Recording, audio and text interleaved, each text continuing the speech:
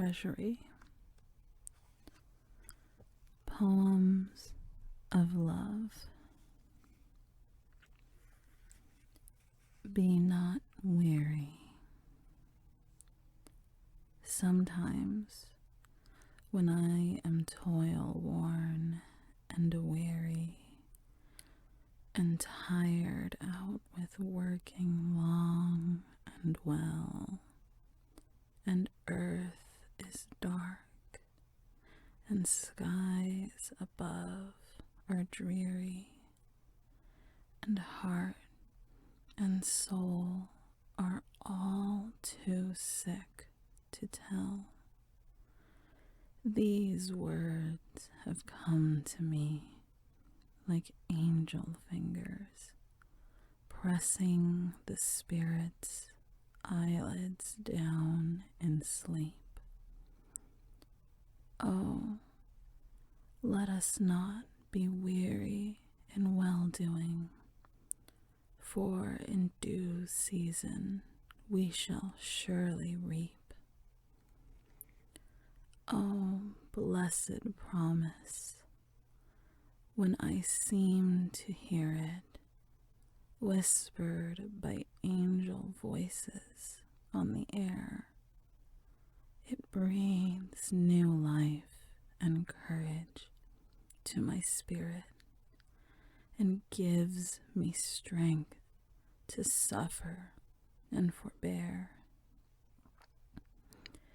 And I can wait most patiently for harvest and cast my seeds, nor ever faint, nor weep, if I know surely that my work availeth, and in God's season I at last shall reap.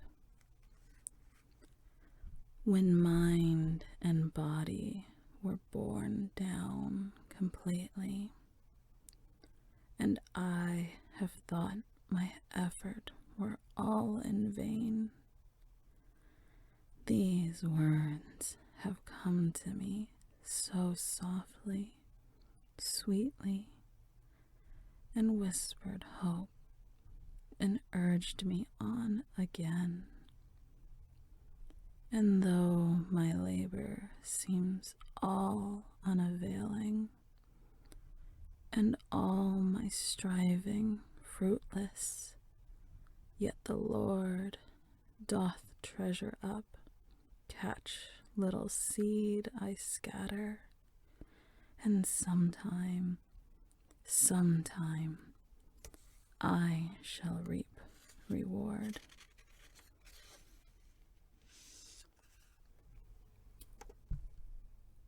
Conversion. When this world's pleasures for my soul suffice, ere my heart's plummet sounded depths of pain, I called on reason to control my brain, and scoffed at that old story of the Christ.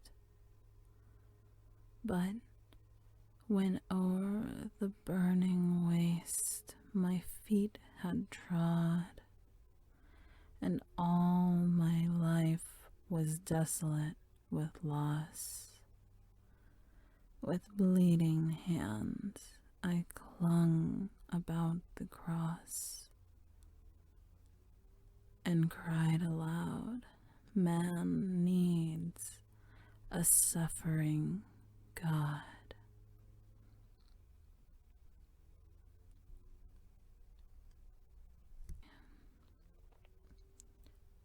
Going away. Walking today on the common, I heard a stranger say to a friend who was standing near him, "Do you know I am going away?" had never seen their faces may never see them again. Yet the words the stranger uttered stirred me with nameless pain, for I knew some heart would miss him, would ache at his going away, and the earth would seem all cheerless for many and many a day. No matter how light my spirits, no matter how glad my heart, if I hear those two words spoken, the teardrops always start. They are so sad and solemn, so full of a lonely sound, like dead leaves rustling downward and dropping upon the ground. Oh, I pity the naked branches when the skies are dull and gray. The last leaf whispers softly, "Goodbye, I am going away." In the dreary, dripping autumn, the wings of the flying birds, as they soar away to the southland, seems always to say those words, wherever they may be spoken. They fall with a sob and a sigh,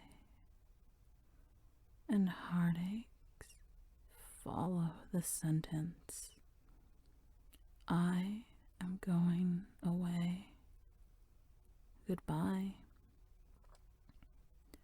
O God, in thy blessed kingdom, no lips shall ever say, no ears shall ever hearken to the words, "I'm going away." For no soul ever wearies of the dear, bright angel land, and no saint ever wanders from the sunny, golden land.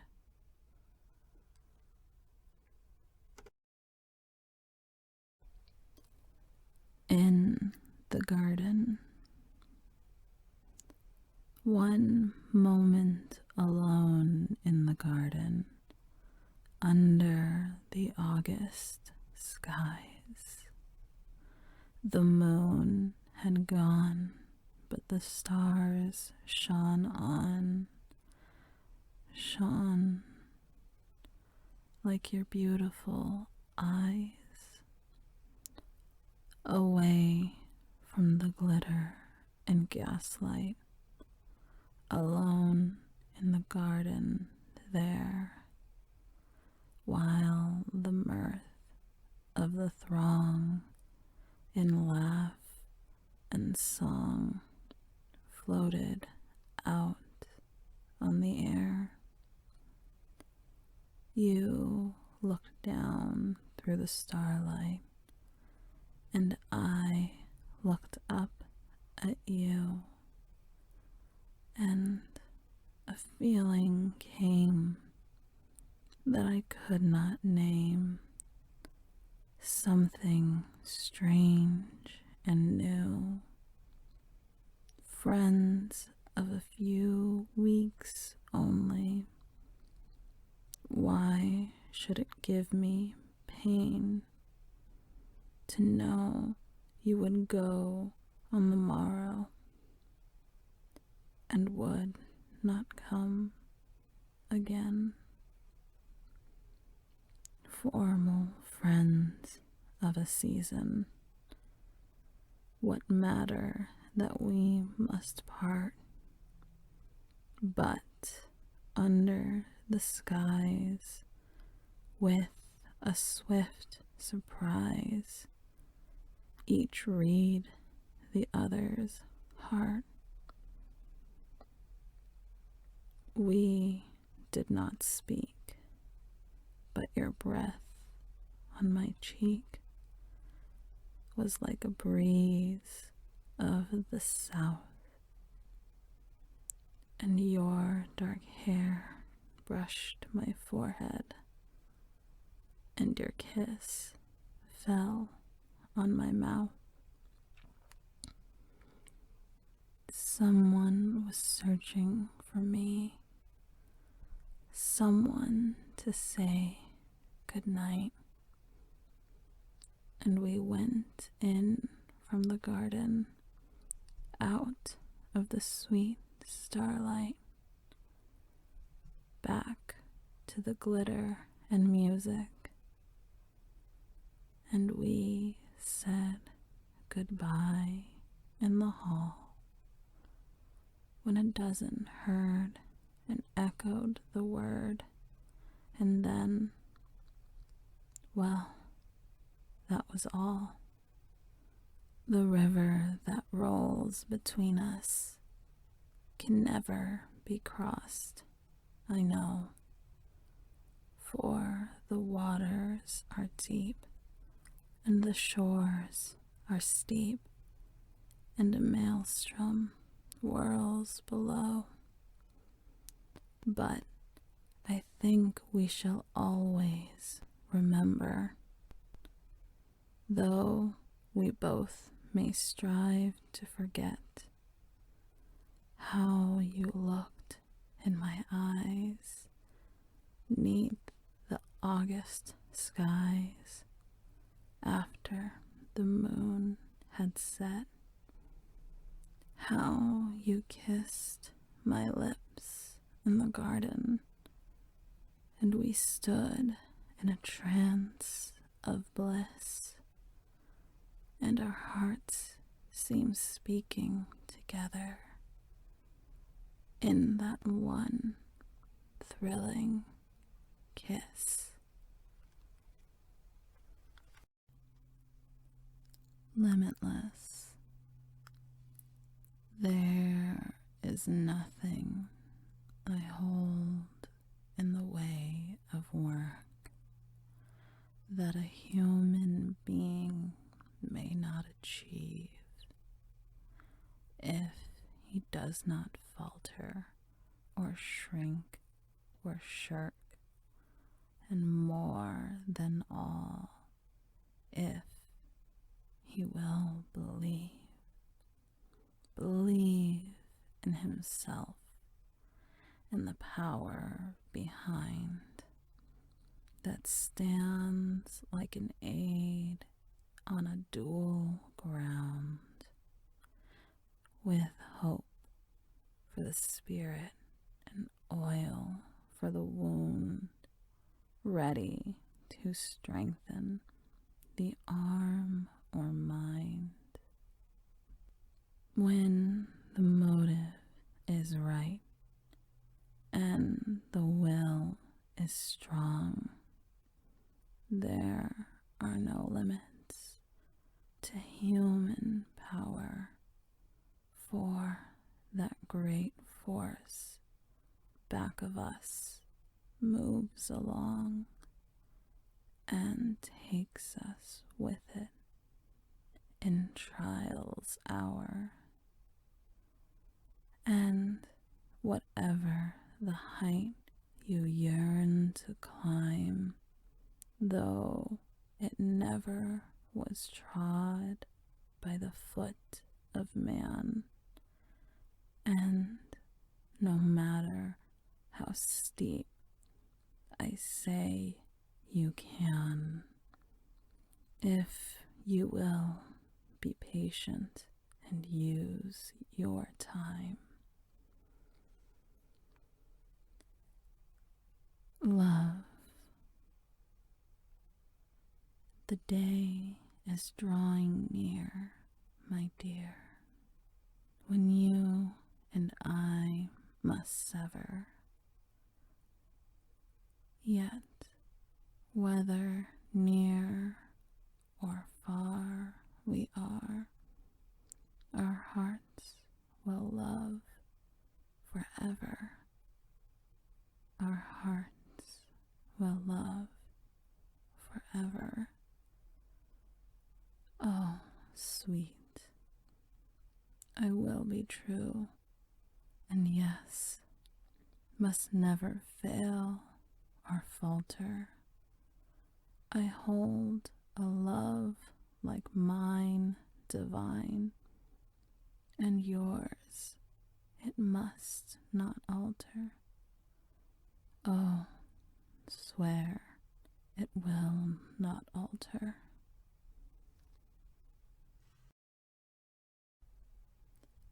Love will wane.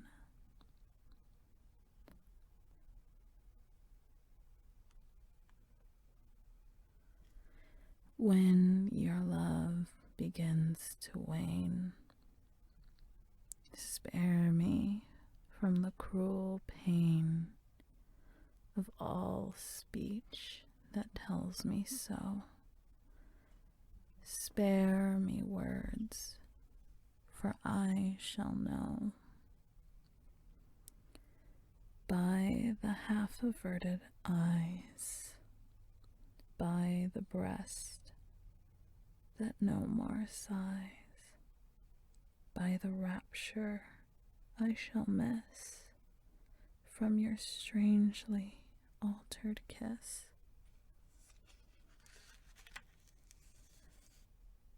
By the arms that still enfold, but have lost their clinging hold, and too willingly let me go.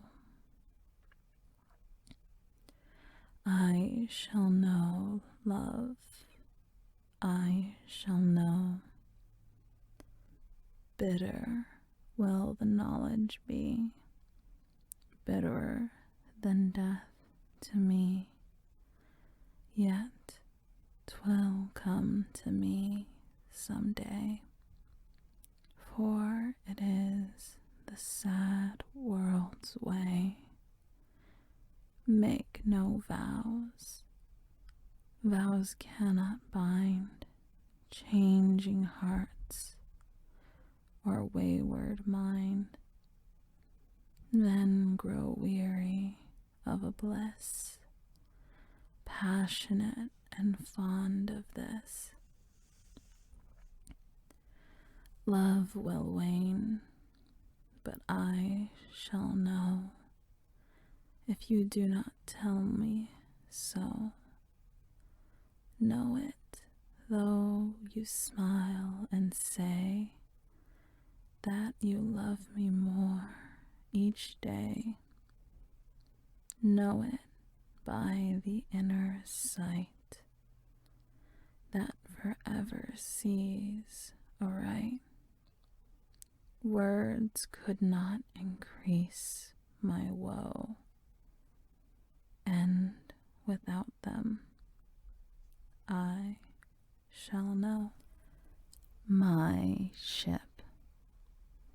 If all the ships I have at sea should come a-sailing home to me, laden with precious gems and gold, ah, well, the harbor could not hold so many sails as there would be if all my ships came in from sea.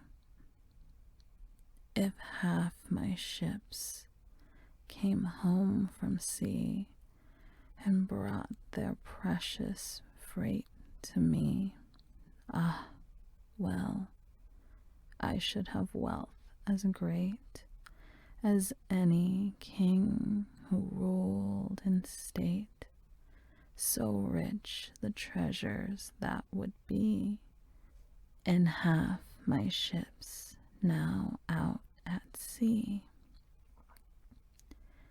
If just one ship I have at sea should come a-sailing home to me, ah, well, the storm clouds then might frown, for if the others all went down, still rich and proud and glad I'd be if that one ship came back to me.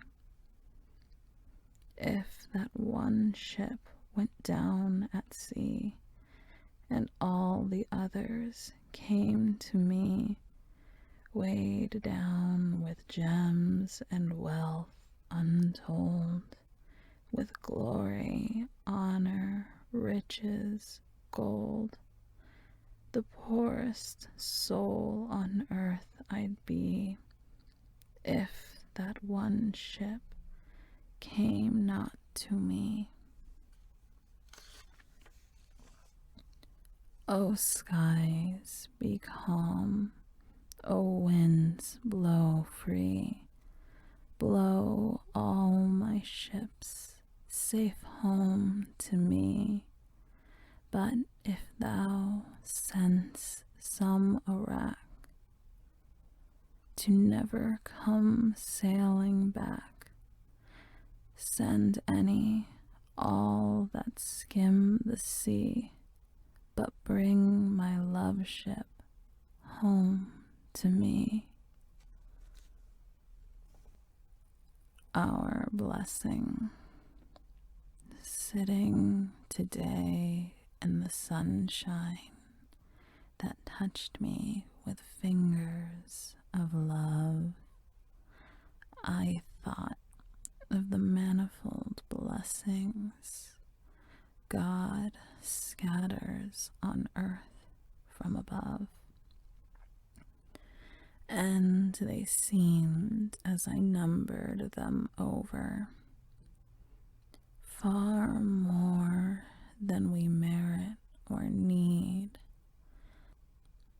and all that we lack is the angels to make earth a heaven indeed. The winter brings long, pleasant evenings.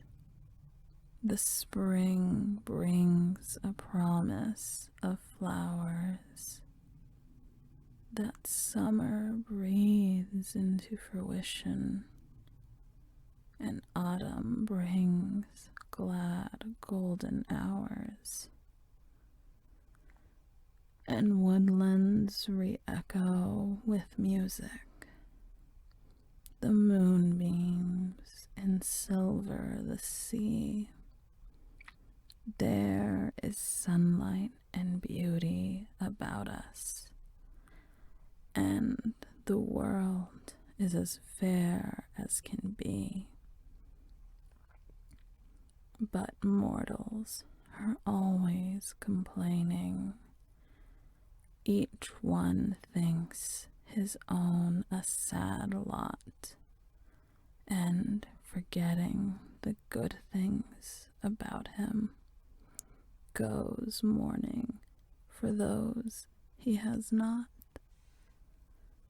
Instead of the star-spangled heavens, we look on the dust at our feet. We drain out the cup that is bitter, forgetting the one that is sweet.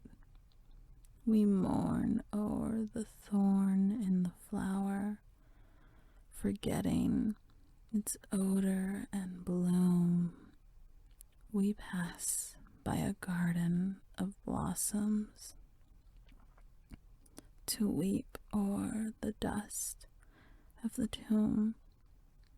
There are blessings unnumbered about us. Like the leaves of the forest they grow, and the fault is our own, not the giver's, that we have not an Eden below. River and sea, under the light of the silver moon, we two sat when our hearts were young. The night was warm with the breath of June, and loud from the meadow the cricket sung. Then darker and deeper, oh love, than the sea, were your dear eyes as they beamed on me. The moon hung clear, and the night was still. The waters reflected the glittering skies. The nightingale sang on the distant hill, but sweeter than all was the light in your eyes, your dear dark eyes, your eyes like the sea, and up from the depths shone love for me. My heart, like a river, was mad and wild, and a river is not deep like the sea. But I said, your love was the love of a child, compared with the love that was felt by me. A river leaps noisily, kissing the land, but the sea is fathomless, deep and grand. I vowed to love you forever and ever. I called you cold on the night in June, but my fierce love, like a reckless river, dashed on and away and was spent too soon, while yours was deep like the sea. I cheated you, love, but you died for me. The kingdom of love. In the dawn of the day, when the sea and the earth reflected the sunrise above, I set forth with a heart full of courage and mirth to seek for the kingdom of love. I asked of a poet I met on the way which crossroad would lead me aright. He said, follow me, and ere long you will see its glistening turrets of light. And soon in the distance a city shone fair. Look yonder, he said, there it gleams. But alas, for the hopes that were doomed to despair. It was only the kingdom of dreams. Then the next man I asked was a gay cavalier, and he said, follow me, follow me. And with laughter and song we went speeding along,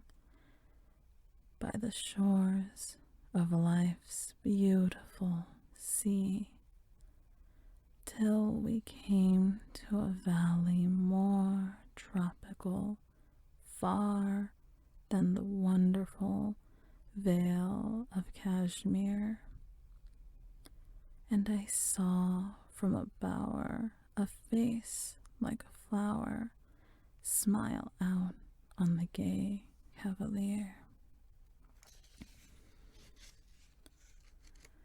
And he said, "We have come to humanity's goal. Here, love and delight are intense. But alas, and alas, for the hope of my soul, it was only the kingdom of sense." As I journeyed more slowly, I met on the road a coach with retainers behind,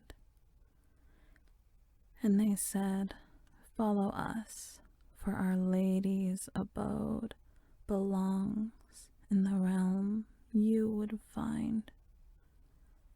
'Twas a grand dame of fashion, a newly-wed bride. I followed, encouraged and bold, but my hopes died away like the last gleams of day, for we came to the kingdom of gold. At the door of a cottage, I asked a fair maid, "I have heard of that realm," she replied, "but my feet never roam from the kingdom of home, so I know not the way," she sighed. I looked on the cottage, how restful it seemed, and the maid was as fair as a dove. Great light glorified my soul as I cried, "Why, home is the kingdom of love."